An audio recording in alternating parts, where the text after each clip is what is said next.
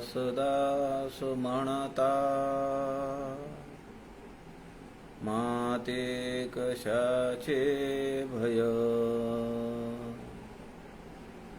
रामा जाईन ज्या स्थळी सुख घना, होईल तेथे जय. रामाया भुवनात्रयी तुझ विना, नाही दुजा तारक. रामा तू सकलार्थ पूर्ण करिशी, तू तात मी बालक.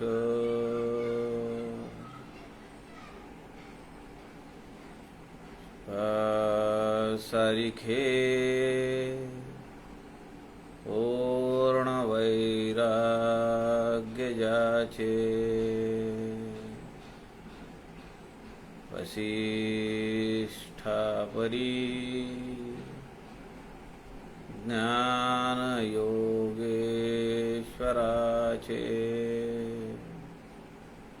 कवी वाल्मिकी सारिखा मान्य ऐसा. नमस्कार माझा सद्गुरु रामदासा. मला वाटते अंतरी त्वा वसावे,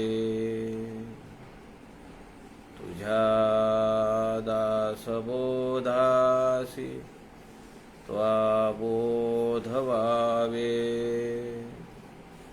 अपत्या परी पाजवी प्रेम रसा, महाराजया सद्गुरु रामदासा. जय जय रघुवीर समर्थ, सब संतन की जय.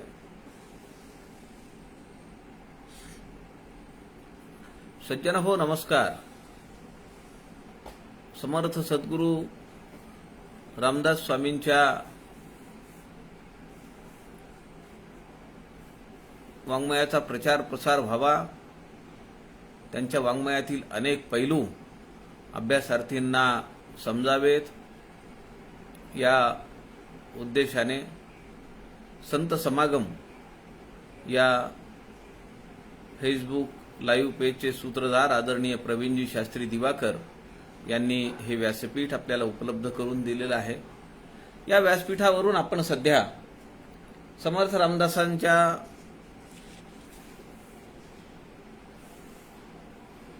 एकवीस समासी या टाकळी तपाचरण काळामध्ये सांगितलेला जो दासबोध आहे, त्या जुना दासबोध या ग्रंथातील 10वा समास आपण पाहतो आहोत. विविध शिकवण निरूपण. शिष्याला भावी काळामध्ये कुठली प्रलोभनं बळी पाडू शकतील, कुठे घात होण्याची शक्यता आहे, कुठे साधना बंद पडण्याची शक्यता आहे, साधनेच्या वाटेवरून घरंगळण्याची शक्यता आहे, या सगळ्या निसरड्या जागा समर्थ रामदास आपल्या शिष्यांना सांगतायत. आणि म्हणून या समासाचं नाव आहे विविध शिकवण निरूपण.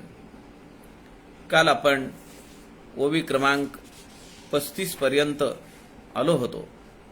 त्या पुढच्या ओव्या आपण आज पाहूया. श्रीराम समर्थ श्रीराम. ऐसे वैभवे भुलले आणि आधार घेऊ लागले, तया प्रती काही न चले ब्रह्मादिकांचेही श्रीराम. जैसा मैंदाचा मेळा बाह्य ब्रह्मवर्चस्वाची कळा, अंतरी परहिंसेचा जिवाळा, उदरभरा लागी श्रीराम. परी आपुले नेणतीचा धप्पतन, देह लोभे नागविले पूर्ण.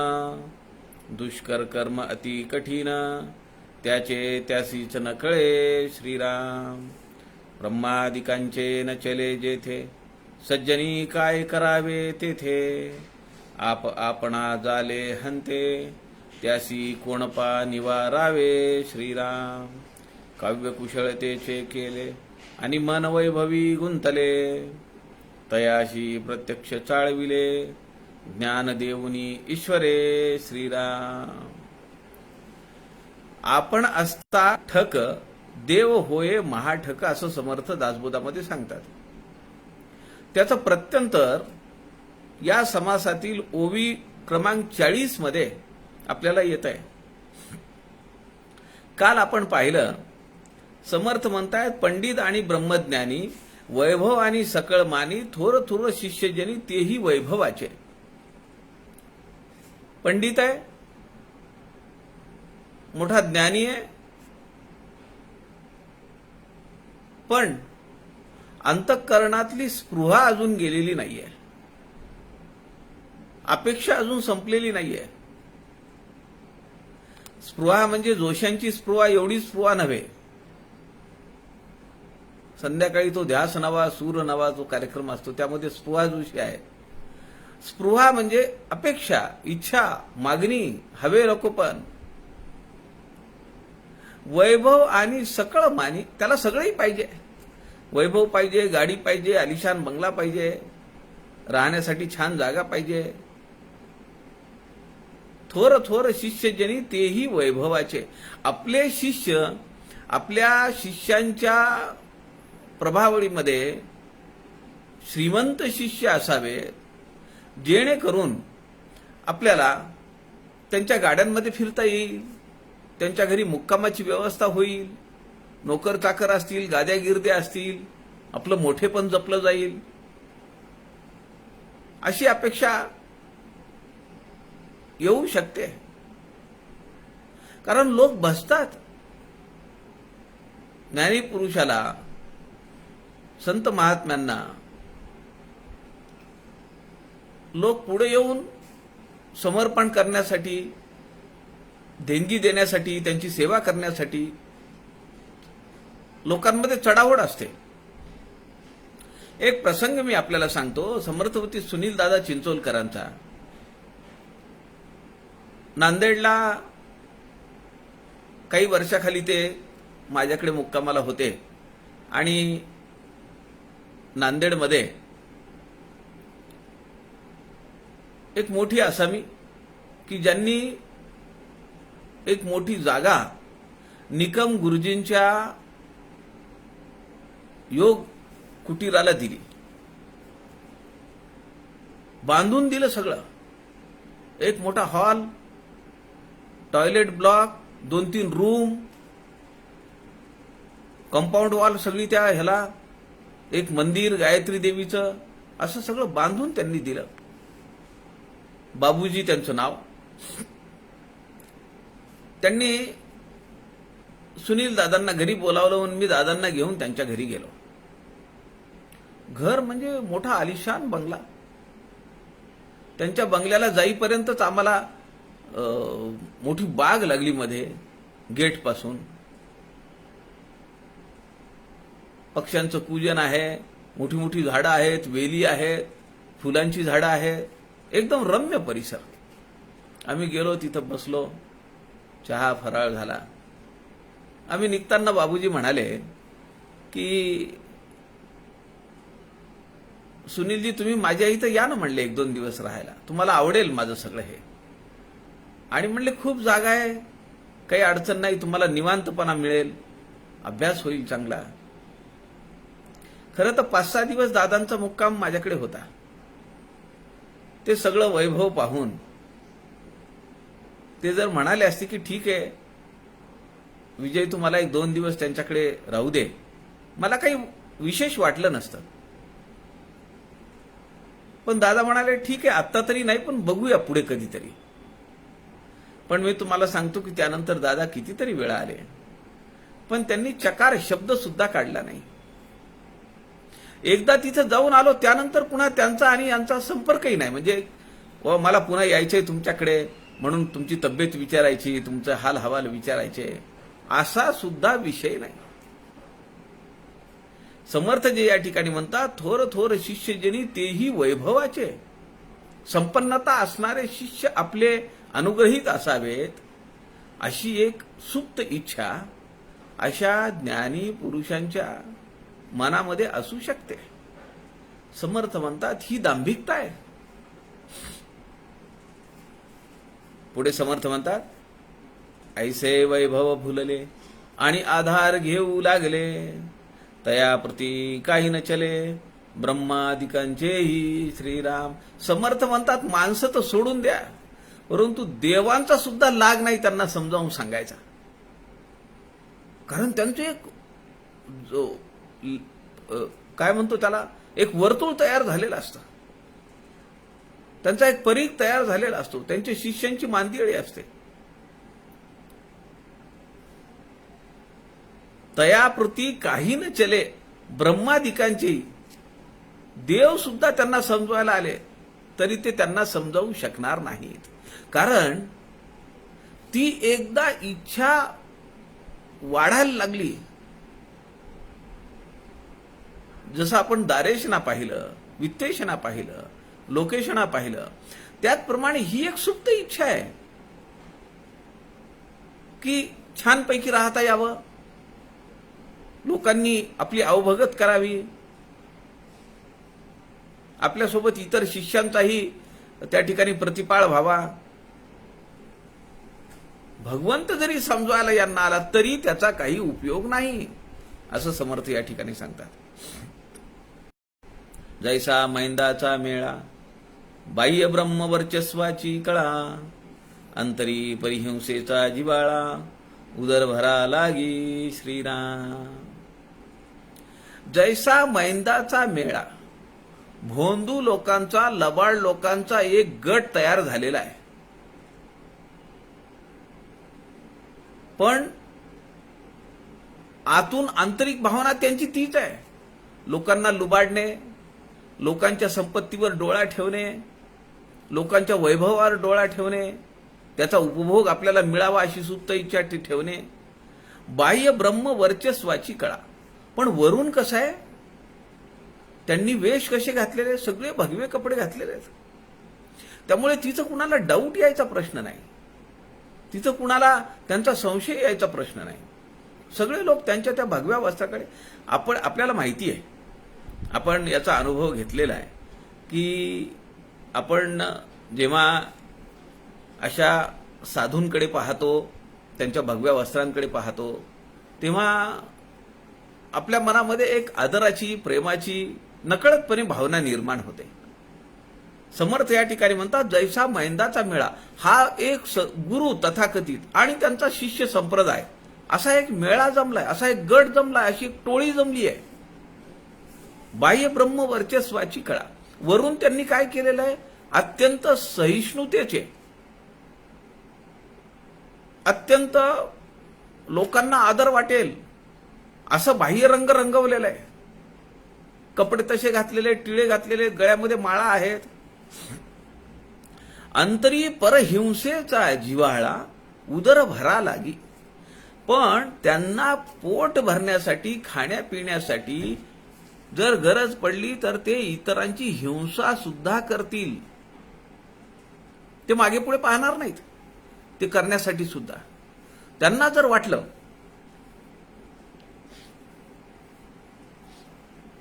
की आज आपल्याला मांसाहार मिळाला पाहिजे, ते कुठल्याही प्राण्याला मारतील. लोकमान्य टिळकांना, मी त्यांचं नुकतंच थोडं चरित्र वाचत होतो, लोकमान्य टिळकांना मंडालेच्या तुरुंगात ठेवल्यानंतर त्यांना जो स्वयंपाकी होता, त्या स्वयंपाक्याला वेगळं धान्य असायचं आणि टिळक महाराजांना वेगळं धान्य असायचं. त्यांना चांगला तांदूळ असायचा, दूध असायचं, दुधावरची साय असायची, फळं असायची, पण हा जो स्वयंपाकी होता त्याला मात्र लाल रंगाचा तांदूळ, किडलेली डाळ असं ते तिथून वाटप व्हायचं. लोकमान्य टिळकांना हे जेव्हा लक्षात आलं तेव्हा ते म्हणाले, तू माझ्या शेजारच्या रूममध्ये येऊन राहा. रूम म्हणजे कशी होती ती? 20x12 अशी एक रूम होती. आणि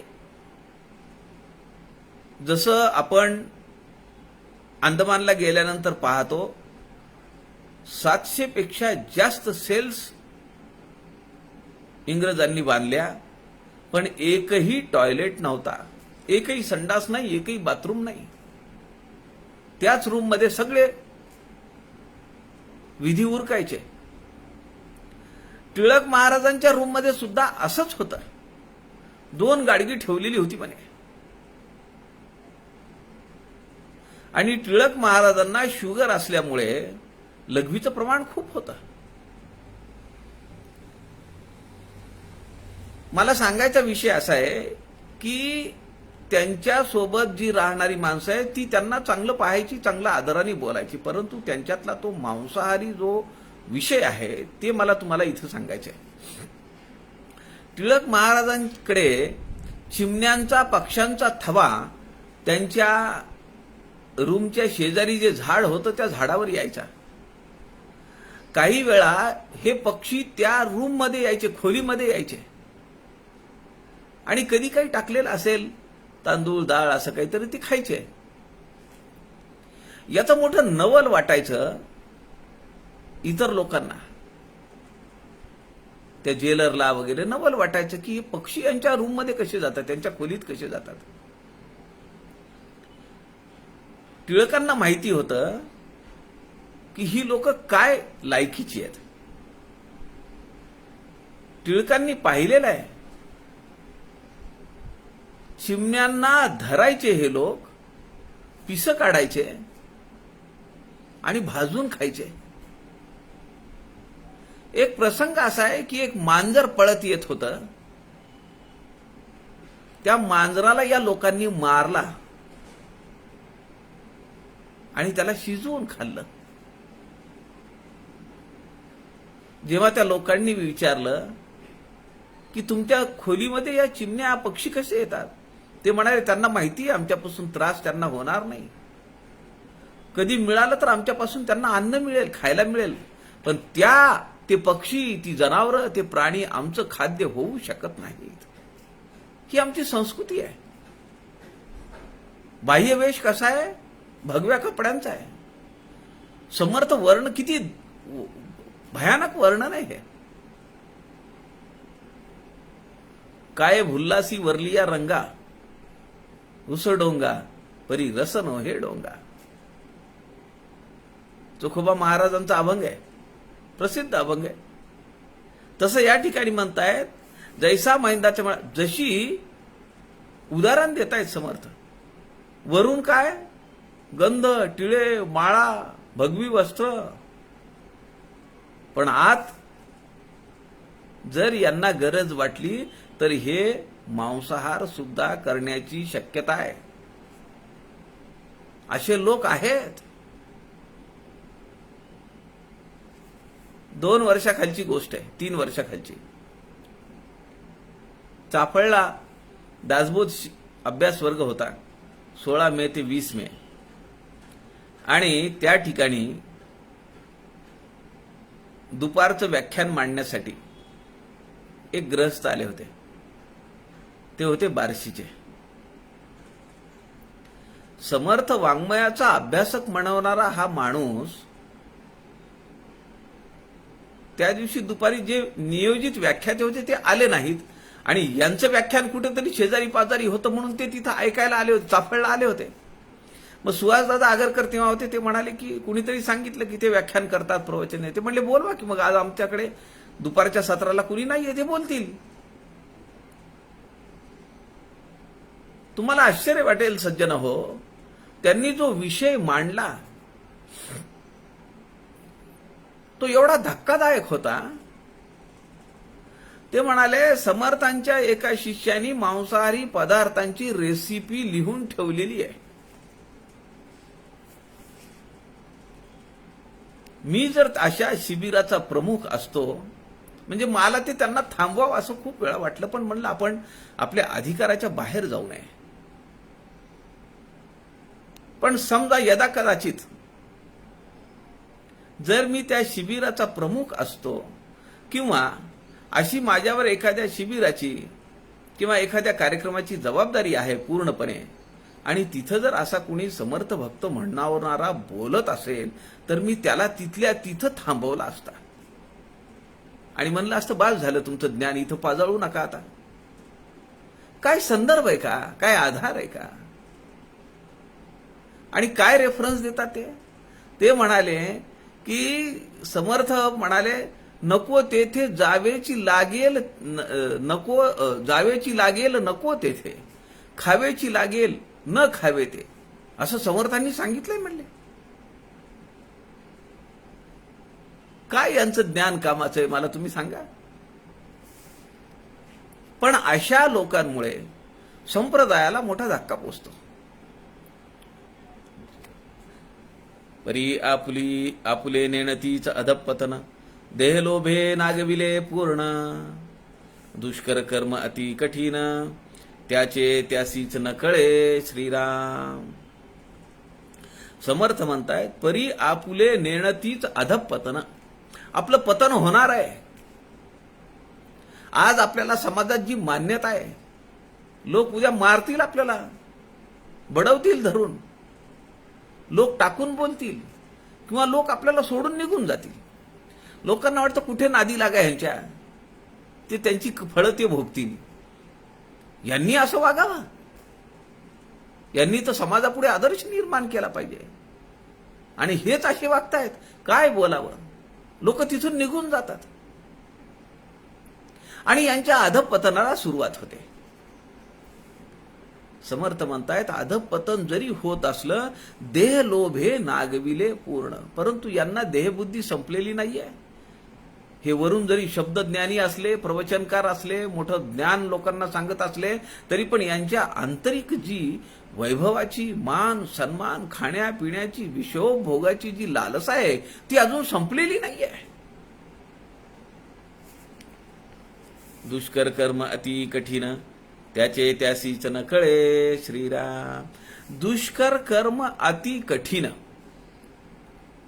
या वाक्याचे, या चरणाचे दोन अर्थ निघतात.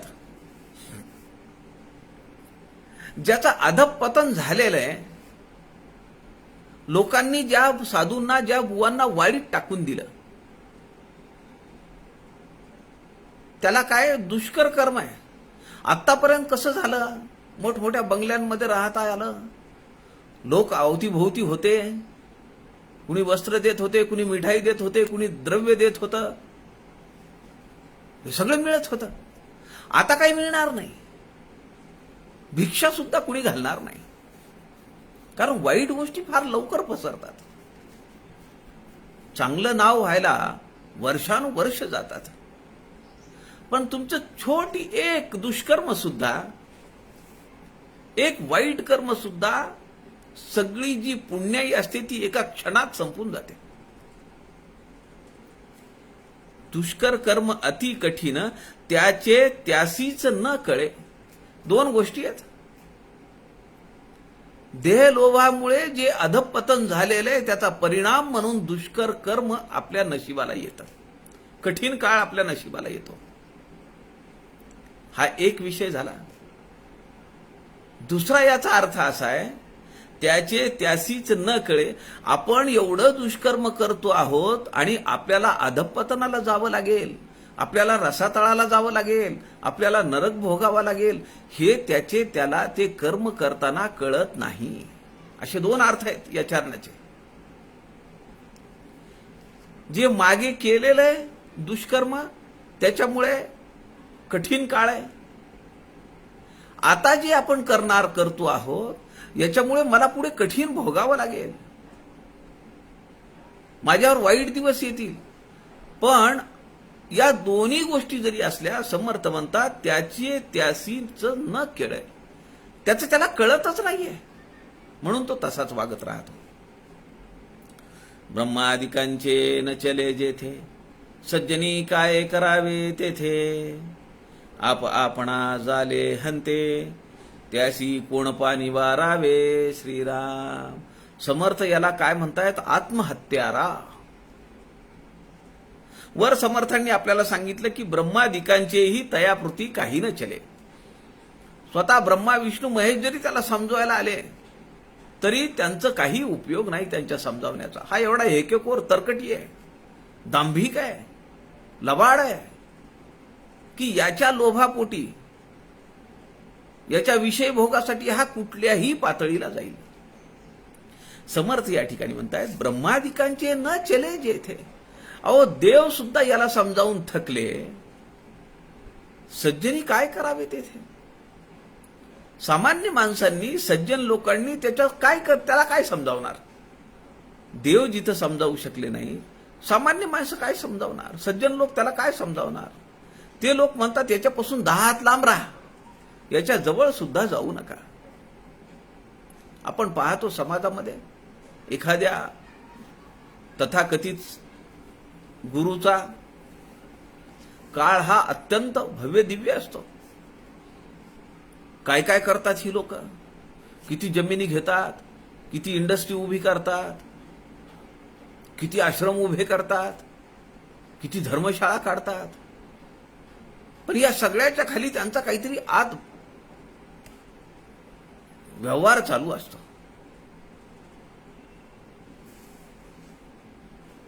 सज्जनी काय करावे तेथे. अशा ठिकाणी जे या पठडीतले लोक आहेत, नंबर 2चा व्यवहार करणारे, गरिबांचं शोषण करणारे, अशी लोक तिथे जातात आणि त्या गुरूंच्या भजनी लागतात.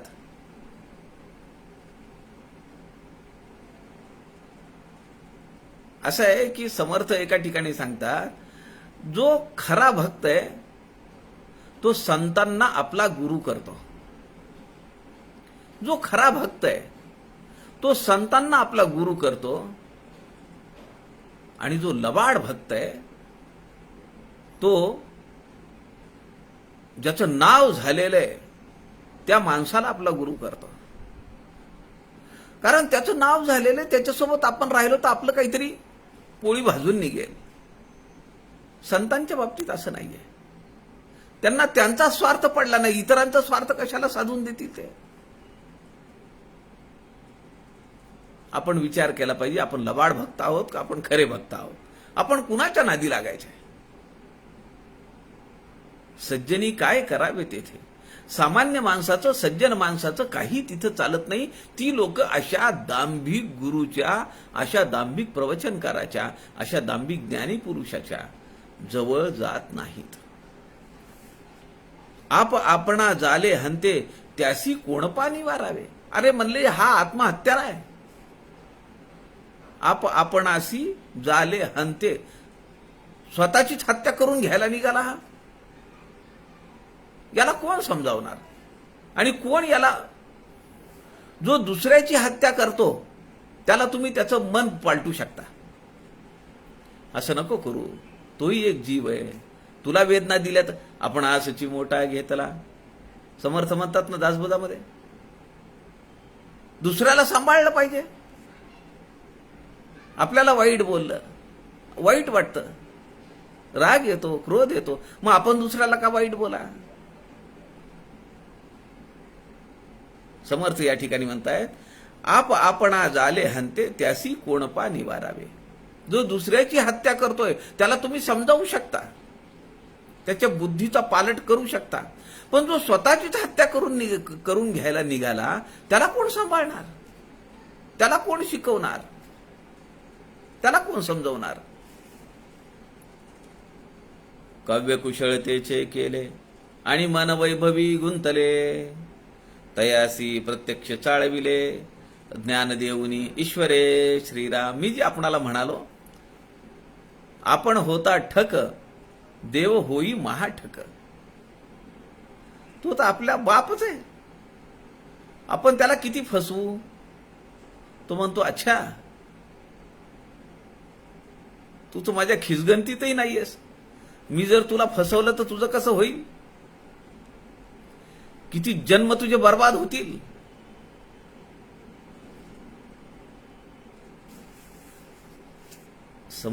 समर्थ या ठिकाणी सांगतायत की अशा लोकांना भगवंत सुद्धा काही तुकडे फेकतो त्याच्याकडे आणि तो म्हणतो तुला तेच पाहिजे ना, मग तिथंच बस. काव्य कुशळतेचे केले. काय प्रवचन, काय ज्ञान सांगतायत, काय संतांची वर्णन करतायत, काय मोठा आश्रम आहे, किती लोक त्यांचे अनुग्रहित आहेत. काव्य कुशळतेचे केले. शब्दज्ञानी आहे, शब्दांचा छल करणे, सभा गाजवणे, हे सगळं त्याला जमतं. काव्य कुशळतेचे केले म्हणजे मोठा प्रवचनकार आहे, मोठा ज्ञानी माणूस आहे. त्याच्या शब्दांमधून त्याचं ज्ञान ओसंडून वाहत आहे. काव्य कुशळतेचे केले आणि मन वैभवी गुंतले. पण त्याचं मन कसं आहे? वैभवातच गुंतलेलं आहे. चांगलं राहावं, चांगलं खावं, चांगलं प्यावं, गाड्यांमधून फिरावं, भरजरी वस्त्र अंगावर असावीत, मोठमोठे श्रीमंत शिष्य आपले अनुग्रहित असावेत. अशा भावनेमध्ये, अशा स्थितीमध्ये तो रमतो आणि मन वैभवी गुंतले. तयाशी प्रत्यक्ष चाळविले, ज्ञान देऊनी ईश्वर आहे. भगवंत काय करतो? याला असंच पाहिजे का?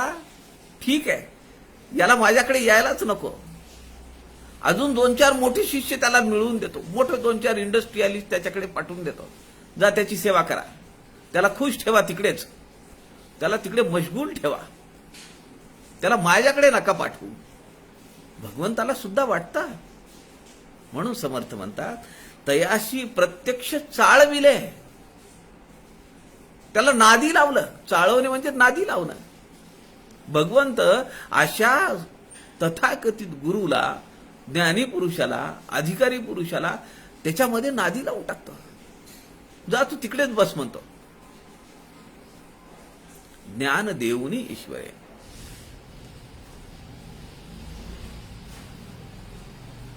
जवरी विषयासक्त मन, तवरी रामी अनुसंधान. न घडे सर्वथा जाण, म्हणोनी ईश्वरी वचिले श्रीराम. म्हणोनी ईश्वरी वंचिले. वंचना केली म्हणजे काय? दूर लोटलं. भगवंताला वाटतं नको याला इथं आपल्याजवळ. असा विषय लंपट माणूस. अजूनही याला मान सन्मान सगळं पाहिजे. कशाला त्याला जवळ घ्या? हा इथं आल्यानंतर आपल्या बाकीच्या शिष्यांना बिघडवून टाकील, बाकीच्या भक्तांना बिघडवून टाकील. म्हणून जोपर्यंत मनातली विषय संपन्नता, विषयासक्ती कमी होत नाही, समर्थ म्हणतायत तवरी रामी अनुसंधान न घडे सर्वथा.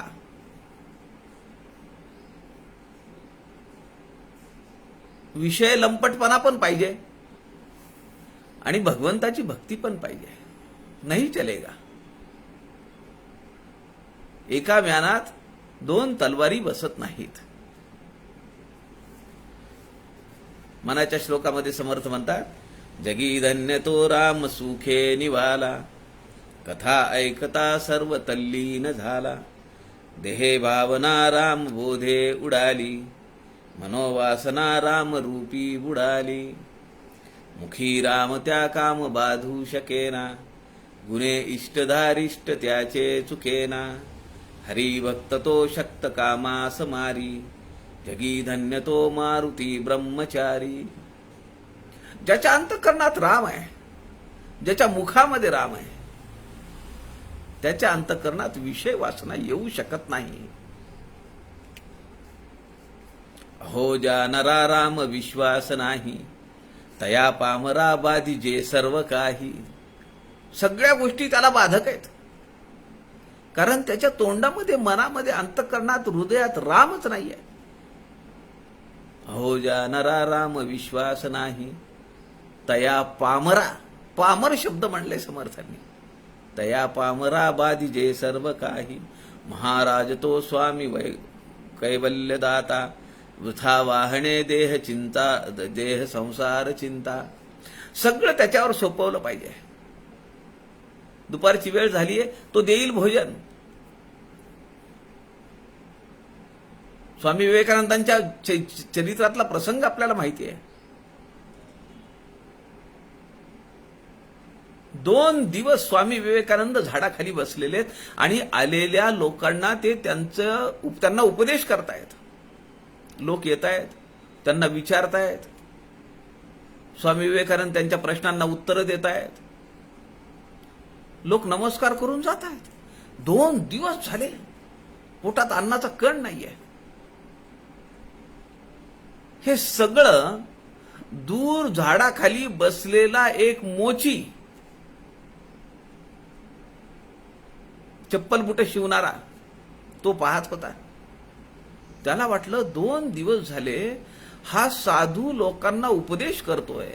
लोक येतात, नमस्कार करतात, त्याच्याशी चर्चा करतात, जाताना नमस्कार करून निघून जातात. त्याला वाईट वाटलं. तो घरी गेला. त्यांनी एक डबा भरून जेवण आणलं. स्वामीजींच्या पुढे ठेवलं, हात जोडले आणि म्हणाला, मला माहिती आहे की मी आता हे पाप कर्म करतोय.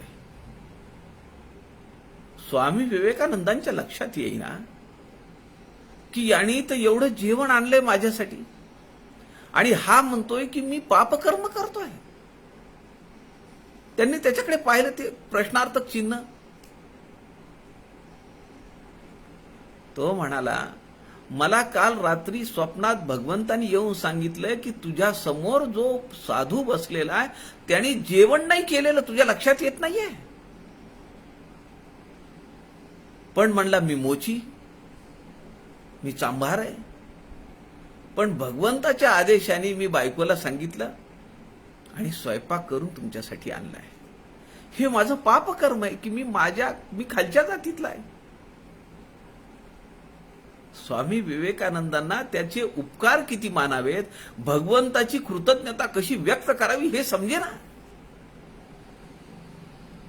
भगवंतानी, साक्षात परमेश्वराने त्या चांभाराला स्वप्नात जाऊन दृष्टांत दिला, अरे त्या साधूला जेवायला तर घाल. भगवंत किती दयाळू आहे. अनन्या चिंतयंतो माम ये जना परिपासते तेषाम नित्याभियुक्तानम योगक्षेमम वहाम्यहम. तुझ्याकडे जे जे नाहीये, म्हणजे तुझ्याकडे गाडी नाहीये, गाडी देईन. रेस्ट हाऊस नाहीये, रेस्ट हाऊस देईन. फार्म हाऊस नाही, फार्म असलं नाही. तुला हितकर असलेलं, तुला श्रेयस असलेलं, तुझ्या आध्यात्मिक विकासासाठी प्रेरक असलेलं ते सगळं मी तुला मिळवून देईन.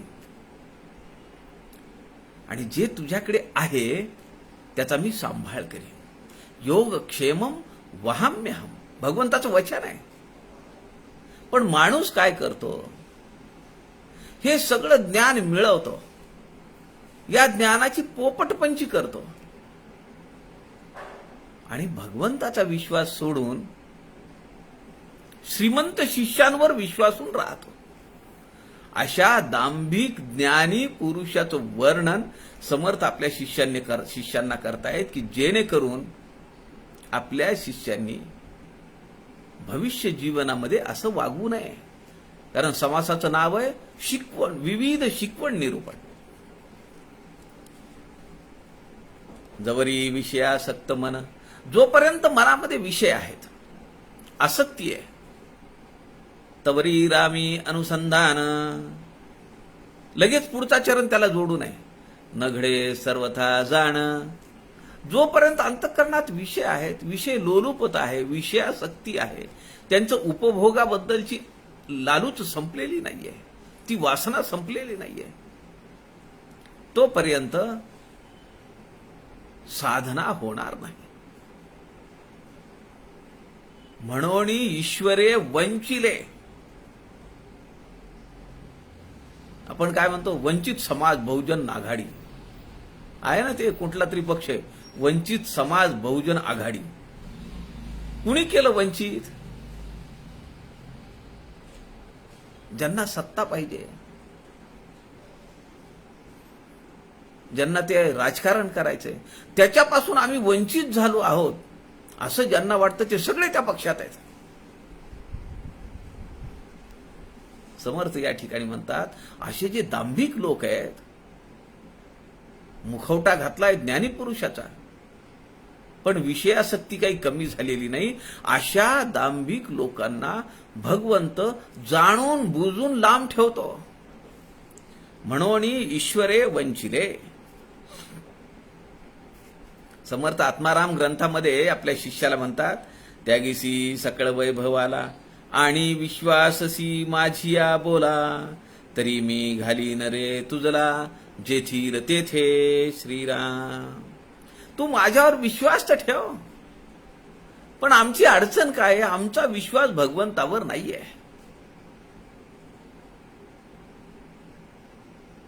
सगळं त्याच्यापासून घडतं. आहे तुके देवाचे ऐसे वर्तणे निश्चयाचे, मूळ तुटे उद्वेगाचे येणे रीती श्रीराम. हे फक्त बोलायला आहे, पण जेव्हा प्रसंग येतो तेव्हा परंतु त्यांची क्रिया काही तैसी नव्हे श्रीराम. तर परंतु त्यांची निष्ठा काही तैसी नव्हे श्रीराम. समर्थ दासबोधामध्ये सांगतात. सगळ्यांना वाटतं भगवंताशिवाय काय. समर्थ दासबोधामध्ये म्हणतात, अवघे मिथ्या म्हणून बोले आणि सामर्थ्यावरी मन चाले, ज्ञाते वैभवे दपटले या नाव भ्रम श्रीराम. तो ज्ञाता माणूस म्हणतो संसाराचं काय खरं आहे, हे सगळं मिथ्या आहे. अवघे मिथ्या म्हणून बोले. लोकांना सांगतो काही पडलेलं नाहीये, सगळं नाशिवंत आहे, सगळ्याचा त्याग करा. आणि हळूच बारीक आवाजात शिष्यांना सांगतो ते सगळे इकडे गोळा करून घ्या. समर्थ म्हणतात, अवघे मिथ्या म्हणून बोले आणि सामर्थ्यावरी मन चाले, ज्ञाते असे वैभवे दपटले या नाव भ्रम. या ज्ञानाला भ्रम असं म्हणलं पाहिजे. पुढे समर्थ म्हणतात, जैसे षड्रस अन्न पचविले आणि क्षुधिस्तासी जेऊ घातले, आपण शब्दीच भोजन केले तेणे काय तृप्ती घडे श्रीराम. काय पंडिते अंधार पाडिला आणि शब्दी दीपा मागे दीप आणिला, परी किंचित तरी झाला उजेड तेणे श्रीराम. प्रश्न विचारलाय, पाककलेचं पुस्तक वाचल्याने पोट भरेल का हो? पोहण्यावरचा 1000 पानांचा ग्रंथ मी मुखपाठ केला, मला पोहता येईल का? नुसता शाब्दिक ज्ञानाचा वरपडा, काही उपयोग नाही. जैसे षड्रस अन्य पचविले, आपण म्हणतो ना बोलाचा भात आणि बोलाची कडी, जेवून कोण तृप्त झाला? शब्दांचा डोलारा उभा करायचा. षड्रस अन्य, मी हे केलंय ते केलं, येऊ केलं तेऊ केलं, नुसतं बोलायचं. त्याच्याने काही तृप्तता घडते का? अंधार पडलेला आहे आणि नुसते दिव्यांचं वर्णन चालू आहे. तुपातले दिवे, समया, फ्लड लाईट, यो त्यो काय काय काय काय वर्णन चालू. त्याच्याने कुठे उजेड पडतो का? त्याच्याने कुठे प्रकाश पडतो का? समर्थ म्हणतात, फुकाचे मुखी बोलता काय वेचे, दिसेंदिस अभ्यंतरी गर्भसाचे, क्रियेवीण वाचाळता व्यर्थ आहे, विचारे तुझा तूची शोधून पाहे. नुसतं बोलण्याने बडबड बडबड बडबड केल्याने काही होत नाही. ती आचरणात दाखवली पाहिजे, आपल्या वागण्यात दिसलं पाहिजे. ते फुकाचे मुखी बोलता काय वेचे, दिसेंदिस अभ्यंतरी गर्भसाचे. त्याचा परिणाम म्हणून उलट काय होतो की हा अभिमान, त्याचा अहंकार वाढत जातो. क्रियेवीण वाचाळता व्यर्थ आहे. एकीकडे म्हणायचं हे सगळं नाशिवंत आहे व्यासपीठावर, आणि व्यासपीठावरून खाली उतरलं की एसी घर पाहिजे, गाडी एसी पाहिजे, जेवण्यासाठी पदार्थ वेगवेगळे पाहिजेत. आमचे ग्राहक तीर्थ बिंदू माधव जोशी कार्यकर्त्याच्या घरी जाताना त्याला अगोदर पत्र लिहायचे आणि त्याला सांगायचे की तुमच्याकडे जेवणाची माझी व्यवस्था झालेली आहे, हे मला समजलंय. जेवणामध्ये मला भाकरी किंवा पोळी, आमटी आणि एक भाजी. मला आग्रह करू नये, गोड पदार्थ करू नयेत, शेजाऱ्यांना सांगू नये बिंदू माधव जोशी तुमच्या घरी येणार आहेत म्हणून. नाश्त्यासाठी पोहे किंवा उपीट, अशा सूचना असतात आमच्या कार्यकर्त्यांना. एका घरी आम्ही गेलो, नांदेडला बिंदू माधव जोशी आले होते. एका घरी गेलो आम्ही, झाली त्याला 10-1 वर्षापूर्वीची गोष्ट आहे, 10-12 वर्ष झाली. त्या बाईंनी बिंदू माधव जोशी घरी आलेत म्हणून टेबलवर एक मोठा ट्रे ठेवला. त्यामध्ये बदाम, काजू, पिस्ता, सगळे ड्रायफ्रूट ठेवले. ते कप्पे भरून ठेवले. 2-4 शेजाऱ्यांना सांगितलं, ग्राहक तीर्थ बिंदू माधव जोशी आमच्याकडे येणार आहेत. तेव्हा लाल दिव्याची गाडी होती त्यांच्याकडे, एस्कॉर्ट व्हॅन होती. प्रत्येकाने शाली आणल्या, मिठाईचे पुडे आणले. तिथून पुण्याला गेल्यानंतर त्यांनी पत्र पाठवलं आणि पत्रामध्ये लिहिलं की अशा कार्यकर्त्याच्या घरी जाण्यापेक्षा मी रेस्ट हाऊसला उपाशी बसलो असतो तरी मला चाललं असतं. आपला बडेजावपणा, आपली भोगासक्ती ही जर संपलेली नसेल, आपल्याला मान सन्मान मिळाला पाहिजे, ही सुप्त इच्छा जर संपलेली नसेल, तर त्यांनी मी ज्ञानी आहे, मी भगवंताचं सेवा करतो, भगवंताची भक्ती करतो, असं म्हणणं अत्यंत चुकीचं आहे. हा दांभिकपणा आहे. आणि त्याच्यावर समर्थांनी आसूड मारलेले आहेत आणि शिष्यांना ते विविध शिकवण या समासातून शिकवतायत. तैसे शब्द ज्ञाते लटिकेची धाले, परी मूर्ख नेणतीच चुकले, आधार घेऊ लागले म्हणोनिया श्रीराम. आधार घेता बरे वाटे, परी अंती दुःखे प्राण फुटे, धोका येऊनी आपटे, क्रिया केली तयेचा श्रीराम. पण जी लोक आता ते हपापलेले असतात, मान सन्मान, पद, वित्त, धन, वस्त्र,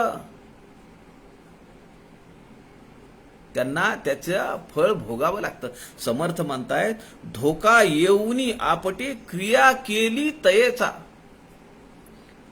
जसं केलंय त्याचं फळ भोगावं लागतं. नको रे मना द्रव्य ते पुढीलांचे, अति स्वार्थ बुद्धी नरे पाप साचे. पापाचा साचा होत जातो, साठा होत जातो. कशासाठी आपल्याला दुसऱ्याचं धन पाहिजे? कशाला आपल्याला दुसऱ्याचं वैभव पाहिजे? घडे भोगणे पाप ते कर्म खोटे, न होता मनासारिके दुःख मोठे.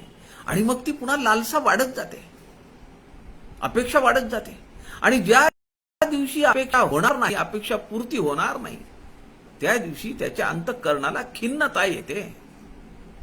न होता मनासारिके दुःख मोठे. म्हणून आपल्याला